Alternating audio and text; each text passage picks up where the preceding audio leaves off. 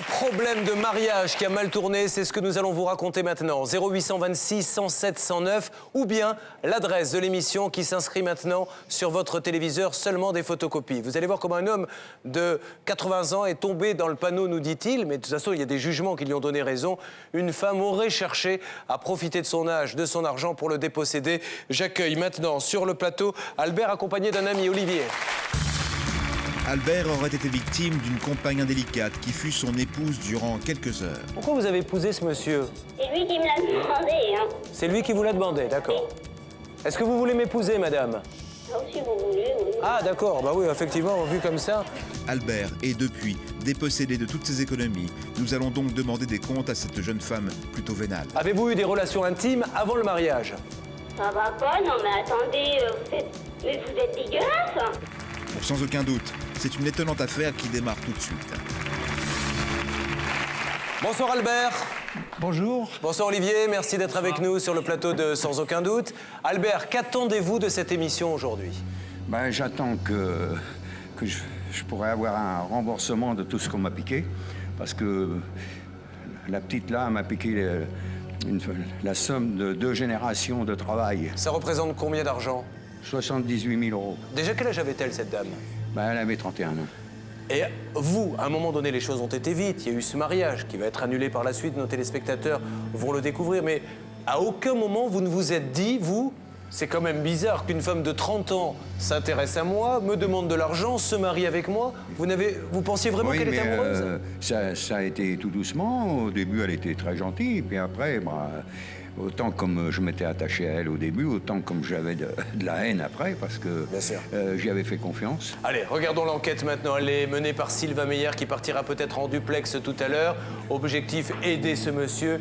Une affaire hallucinante. Voilà comment cette dame d'une trentaine d'années a pu abuser. Jugement à l'appui, bien sûr, sinon nous ne nous permettrions pas de dire ça, d'un homme de 78 ans grâce au mariage. Regardez.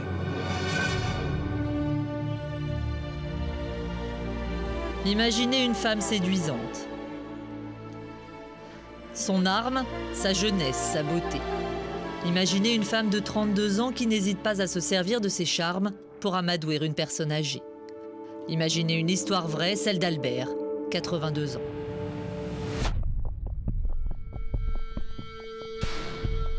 On a eu quelques rapports sexuels ensemble, quoi. Pendant 3 ans, Albert a cru au grand amour. Elle avait une puissance sur moi, quoi. Elle m'a endormi. Aujourd'hui, il n'y croit plus. Elle en a profité, hein. C'est une vraie petite. C'est l'histoire d'un homme seul, isolé dans la campagne normande, victime d'une femme de 50 ans, sa cadette. Une histoire qui a coûté à Albert 78 000 euros. Albert a tout connu, la guerre, la résistance. Là, c'est le mariage, là, avec ma femme. Avec les demoiselles d'honneur. En 1950, il rencontre celle qui va devenir sa femme. 50 ans de mariage, 50 ans de bonheur. Mais en l'an 2000, elle meurt d'un cancer. La vie d'Albert s'arrête, en même temps que celle de sa femme. Ma femme avait toutes les qualités. Que ce soit cuisine, ménage, comptabilité. Elle savait tout faire. Elle était bien vue de tous ses clients dans la région. Et elle n'a pas mérité ça parce qu'elle n'avait jamais fumé, jamais bu d'alcool. Oui, ça a été pénible. Très pénible. Albert se retrouve seul, sans compagne. Mais pas pour longtemps. 4 mois après le décès de sa femme, il se lie d'amitié avec une séduisante personne qu'il connaît bien, une de ses conseillères financières.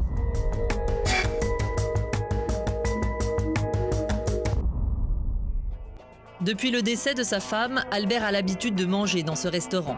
Il connaît bien le patron et ici au moins, il y a du monde. C'est là qu'il va rencontrer cette conseillère financière. À midi, Albert est seul à sa table, la jeune femme aussi. Ils vont déjeuner ensemble très vite. Le courant passe. On a parlé, j'ai demandé si elle était mariée, oui. Elle m'a dit qu'elle était fille-mère, qu'elle avait un gosse de 9 ans. Oui. Tout ça. Et puis après, à la fin du repas, elle m'a donné ses coordonnées. Son téléphone et puis son portable. Albert et la jeune femme se voient de plus en plus souvent. Malgré leur différence d'âge, elle a 30 ans, il en a 78. Déjà à cette époque, un homme met en garde le vieux monsieur, Jérôme, son meilleur ami. Et alors j'ai essayé de lui dire qu'il se méfie parce que moi, je lui ai dit que c'était une grosse bêtise. Moi. Mais bon, comme Bébert, il était mal, elle en a peut-être joué, quoi. Il était mal de coup de sa femme, tout ça, machin. À mon avis, elle en a sûrement joué. Mais Albert est trop heureux d'avoir trouvé une nouvelle amie. Il n'écoute pas Jérôme, il croit même que cette femme l'aime. En tout cas, elle aurait tout fait pour le lui faire croire.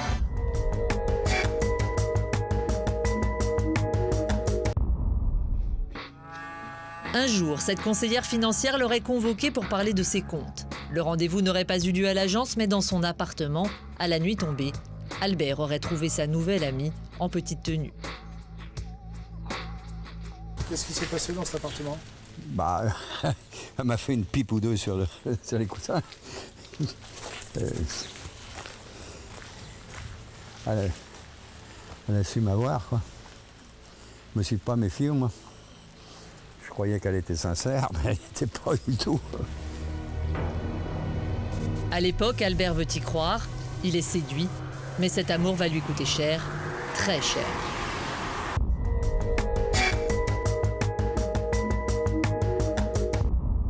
Elle m'a téléphoné un soir qu'elle voulait 3000 francs, parce qu'on allait lui saisir ses meubles, qu'elle avait répondu pour son second copain, là. Et puis une autre fois 50. Et puis après, pour la voiture, elle m'a redemandé 5800, puis une fois 500, qu'elle ne pouvait pas payer son loyer. Je ne voulais pas la perdre. Alors, c'est comme ça que ça s'est passé, quoi. La banquière en veut plus, toujours plus. Il faut dire qu'elle aurait su user de tous ses charmes pour arriver à ses fins.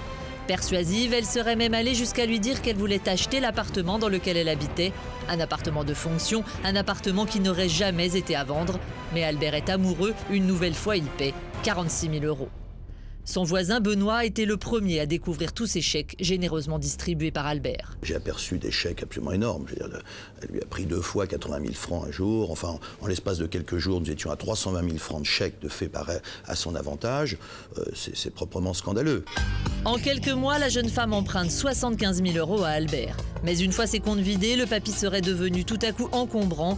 Alors elle aurait décidé de s'en débarrasser en inventant une histoire abracadabrante. Pour des raisons de sécurité nationale, son employeur lui interdirait de recevoir du monde chez elle. Elle dit que le plan Vigipirate, là, pour les terroristes, qu'elle avait plus le droit de recevoir personne. Après, elle ne me recevait plus chez elle. Mais cette fois, la jeune femme est allée trop loin. Albert ne peut avaler ce mensonge, il est obligé d'ouvrir les yeux. Il la menace de porter plainte si elle ne le rembourse pas. La réaction de la jeune femme ne va pas se faire attendre.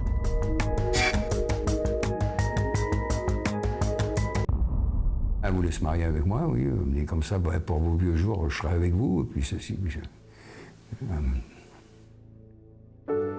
Le mariage a lieu le 23 avril 2003 dans cette mairie, à plus de 200 km de chez Albert. Une cérémonie entre quatre yeux, vite expédiée. C'est un adjoint au maire qui m'a marié, avec 2 témoins. Vous étiez comment dans la salle? Ben, on était debout, en face, le maire était en face.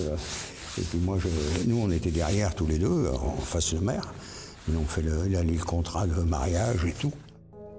À la mairie, tout le monde se souvient de cette journée. Tout le monde se posait des questions sur ce mariage insolite entre la jeune femme et le papy.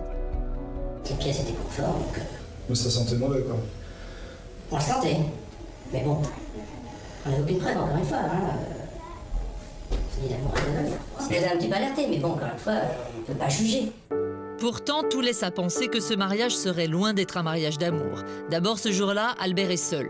Pourtant, un homme devait assister à la cérémonie, Jérôme, son meilleur ami. Il devait être le témoin d'Albert, mais la jeune mariée en aurait décidé autrement. J'ai pas été témoin au mariage parce qu'elle avait choisi quelqu'un d'autre pour bébé. Soi-disant un colonel de gendarmerie. Puis en gros, c'était son beau-frère, quoi. Puis son beau-frère à elle et sa sœur, qui étaient témoins pour Bébert. Il n'y avait personne de son côté? À Bébert, non. Ah non. Le contrat de mariage, maintenant. Signé dans la précipitation la veille de la cérémonie, plusieurs articles sont édifiants. Albert s'engage à donner le jour du mariage à sa femme 75 000 €, montant qui correspond exactement à ce qu'elle a emprunté à Albert. D'autre part, la jeune femme n'est pas contrainte de vivre au domicile d'Albert. Troublant quand on sait qu'elle ne travaille qu'à 20 km de la maison de son nouvel époux. Et puis évidemment, les jeunes mariés sont unis sous le régime de la communauté. En d'autres termes, si Albert décède, il a 82 ans, c'est madame qui hérite de sa maison. D'après nos informations, le notaire habituel d'Albert aurait refusé de signer ce contrat bizarre selon ses termes. Mais un autre a accepté. Nous avons voulu lui demander son opinion, il n'est pas à son cabinet, alors c'est par téléphone que notre journaliste s'entretient avec lui. Je n'ai pas le pouvoir de refuser le concours à des personnes. Quelle raison? Non, mais je sais pas, parce qu'il y a 2 autres notaires qui ont refusé de le faire avant, c'est pour ça. Ils ont fait ce qu'ils ont voulu. D'accord, d'un point de vue personnel, vous, quand vous les avez rencontrés, ces gens-là, ça avait l'air d'être 2 personnes qui s'aiment, ou alors c'était un peu bizarre? Monsieur, je ne sais pas s'ils s'aiment ou s'ils ne s'aiment pas. Je ne connais pas les mobiles et les motifs, et je ne vais pas leur demander ce qu'ils font chez eux, là.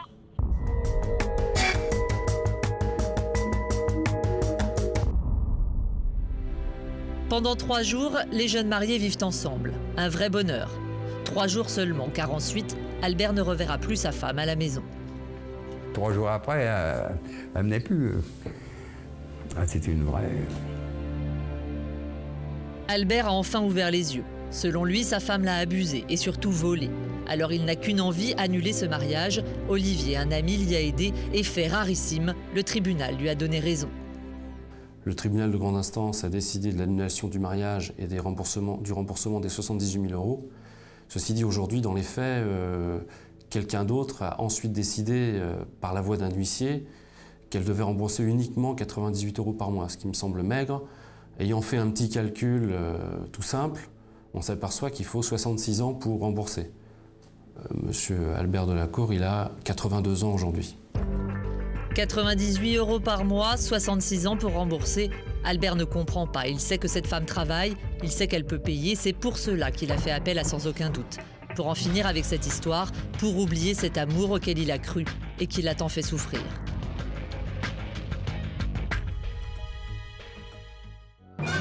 Une enquête menée par Sylvain Meyer pour l'émission Sans Aucun Doute. Maître Michel, donc sur le plan civil, donc le mariage a été annulé. Cette dame doit rembourser. Aujourd'hui, malheureusement, c'est que les sommes, les remboursements sont minimes. Il faudrait presque 60 ans pour qu'elle puisse rembourser la somme. Oui, il y a un jugement qui, en annulant le mariage, a annulé ce fameux contrat de mariage dont on parlait, par lequel monsieur accordait 75 000 euros à son épouse à titre de donation, et ça aurait dû attirer l'attention du notaire, parce qu'il n'a pas d'enfant. De toute façon, sa femme héritait. Il n'y avait pas besoin de faire un contrat de mariage pour marquer cela, si ce n'est que le but de cette dame était de dépouiller son prétendu mari. Donc le tribunal la condamne à rembourser. On envoie le jugement à un huissier, et l'huissier tente une saisie sur salaire, mais compte tenu du salaire de cette dame, des autres sommes qu'elle doit, ça fait 98 euros par mois qu'elle rembourserait, ça durerait quasiment des siècles.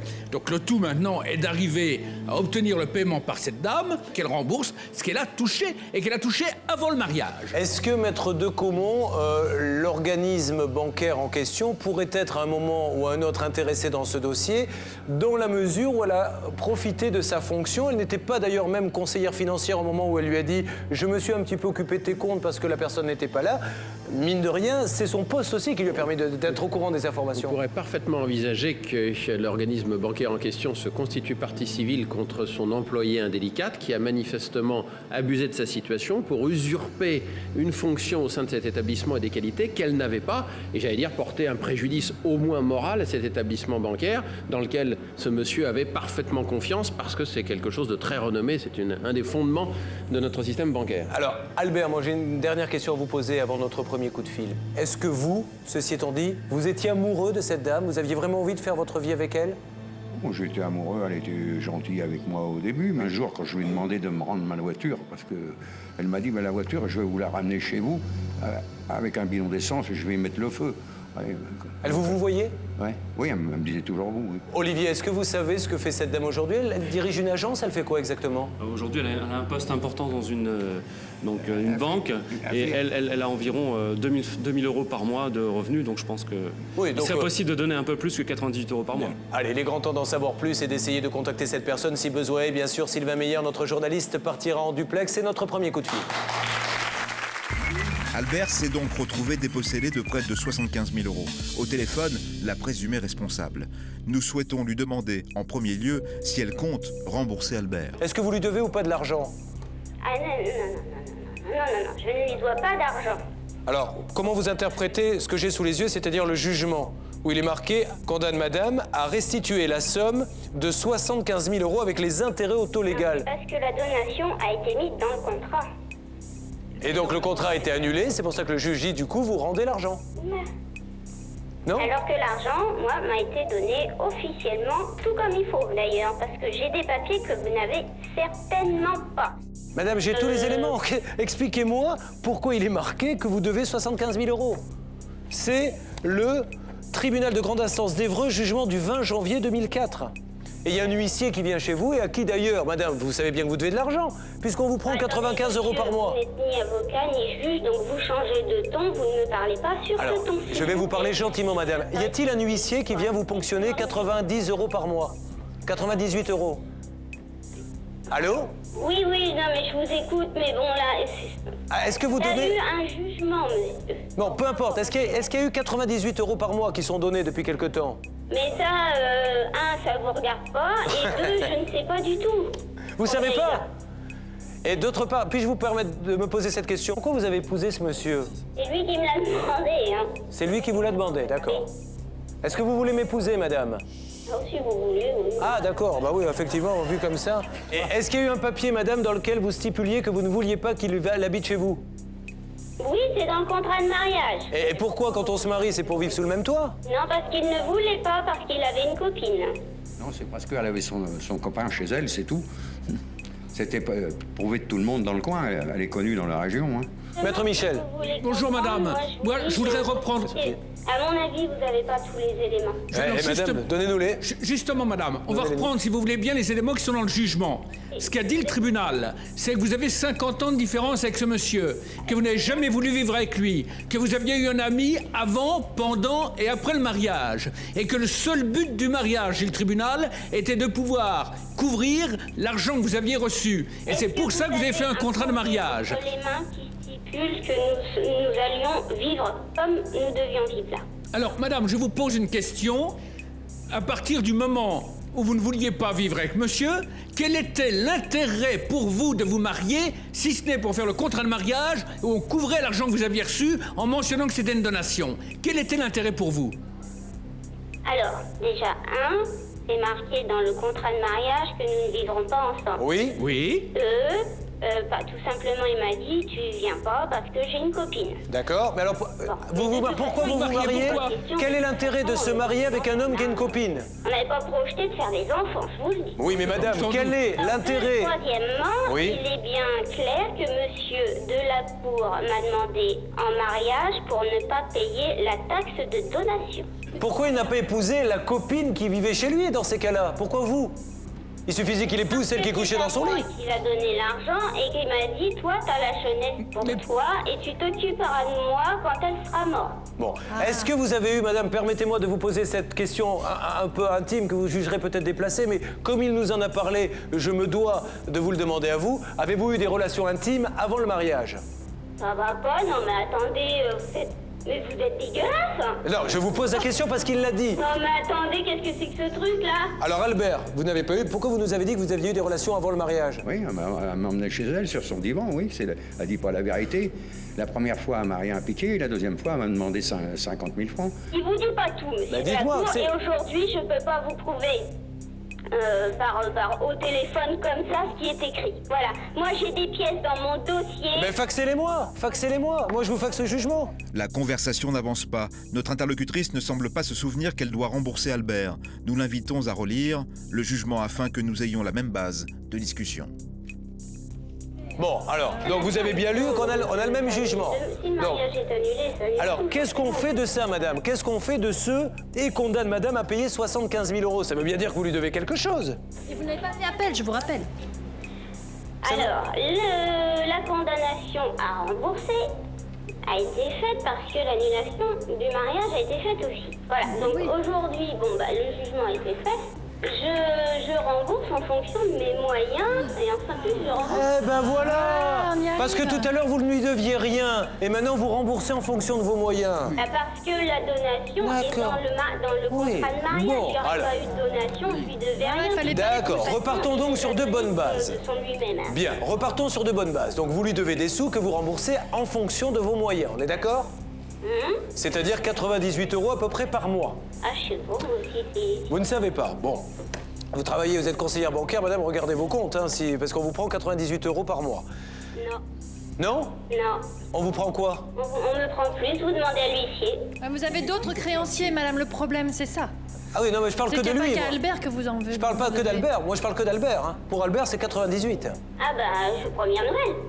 Moi, je sais pas combien l'huissier lui verse, hein. Bon, donc aujourd'hui, le but de mon appel, madame, est de dire, est-ce que vous avez la possibilité de lui donner plus? Parce que dans le cas contraire, lui, comme il ne vivra pas assez vieux pour récupérer l'argent que vous lui avez pris et que la justice vous a condamné à rembourser, on va être obligé de se tourner vers l'organisme bancaire, votre patron, en lui expliquant que malheureusement cet homme s'est fait avoir parce que vous avez à un moment donné vu qu'il avait des sous dans ses comptes et utilisé votre poste à l'époque pour faire tout ça. Et ça, c'est une fausse affirmation, monsieur. Là, on est hors sujet, de toute façon. Ah non, non, non, le sujet c'est de le rembourser.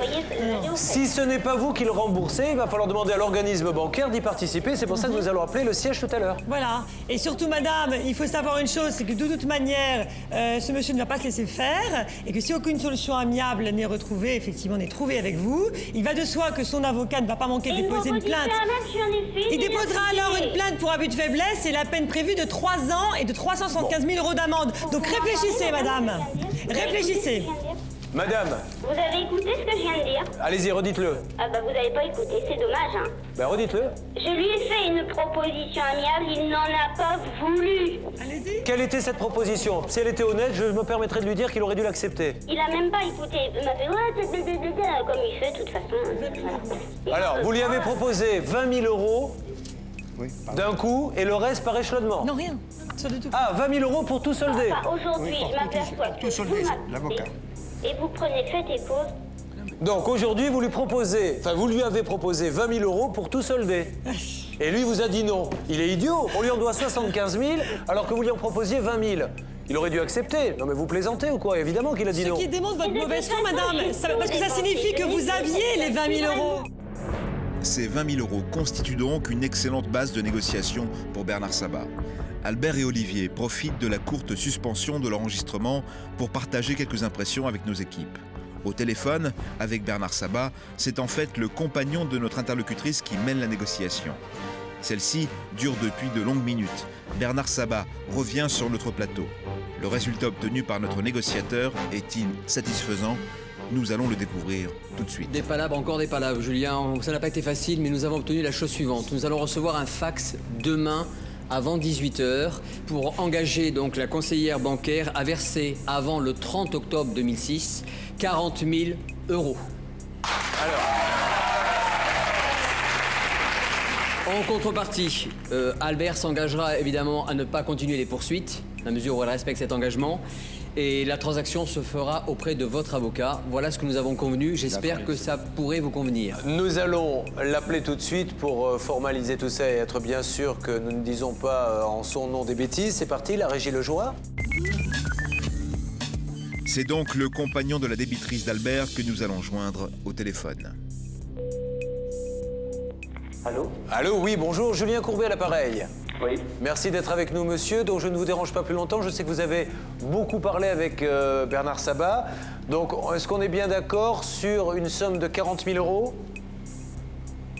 Oui.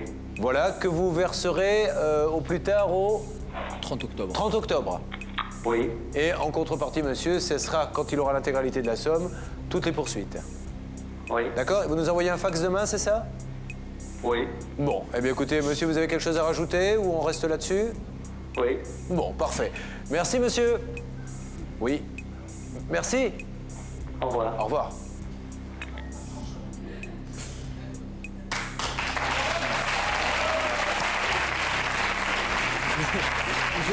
Julien, je ne conseille pas à ce monsieur de participer à des ni oui ni non.